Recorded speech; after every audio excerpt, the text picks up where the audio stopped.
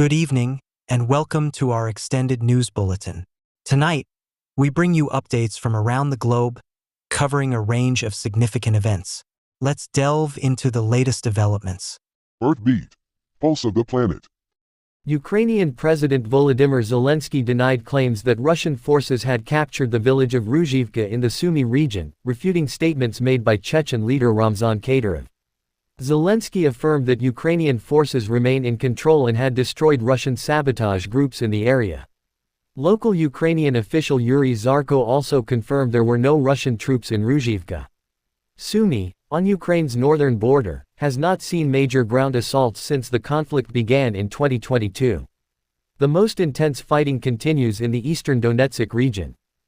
EU Commission President Ursula von der Leyen downplayed the gains of far-right parties in the recent EU elections, emphasizing that the political center remains strong. At a Berlin press conference with CDU chair Friedrich Merz, she acknowledged the support for both far-right and far-left parties but noted the stability of the pro-European center. Von der Leyen praised the success of the European People's Party (EP), highlighting their united front and strong program. She emphasized the importance of a strong, active Europe, especially during turbulent times, and stressed the need to address underlying issues to counter the rise of political extremes.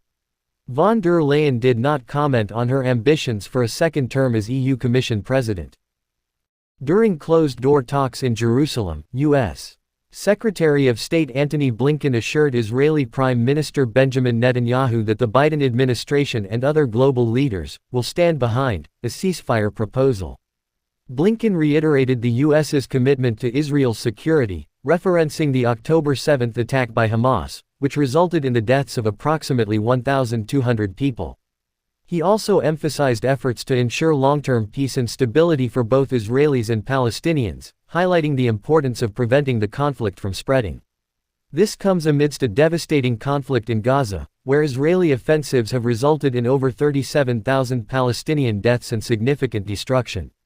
Blinken also updated Netanyahu on diplomatic plans for the post-conflict period.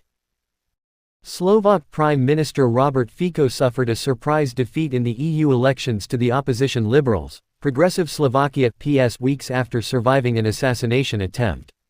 Despite polls favoring his Smer SD party, PS won 27.81% of the vote, securing 6 seats in the European Parliament, while Smer SD got 24.76% and 5 seats. The far-right party Republika came third with 12.53% and 2 seats. Fico, who was shot on May 15, blamed his opponents for inciting hatred. Political analysts noted the attack mobilized voters for both sides, leading to a higher turnout of just under 35%. French President Emmanuel Macron expressed confidence that the French people would make the right choice in the snap elections he called following the far-right's significant gains in the EU elections. Macron's decision, seen as a risky move to prevent the far-right National Rally (RN) from gaining power, comes after centrist parties maintained an overall majority in the European Parliament. Despite widespread concern and dissent within his party, Macron announced elections for a new National Assembly on June 30, with a second round on July 7. Critics, including Paris Mayor Anne Hidalgo, have voiced unease about holding elections so close to the Paris Olympics, though IOC chief Thomas Bach downplayed any impact on the event. At least 50 people were killed and numerous others, including women and children, were kidnapped when gunmen attacked the village of Yargoye in northwest Nigeria over the weekend. The attack occurred in Katsina State's Kankara local government area. According to residents, dozens of gunmen on motorbikes stormed the village, shooting sporadically and looting properties. Resident Hassan Yao reported over 50 deaths, including his younger brother, while Abdullahi Yunusa Kankara noted that the assault continued into Monday morning, turning the village into a death zone. Villagers are still determining the number of abductees. The Katsina police have not yet commented. This incident highlights ongoing insecurity in Nigeria's northwest, plagued by armed gangs and frequent kidnappings despite President Bola Tinubu's pledge to tackle such violence.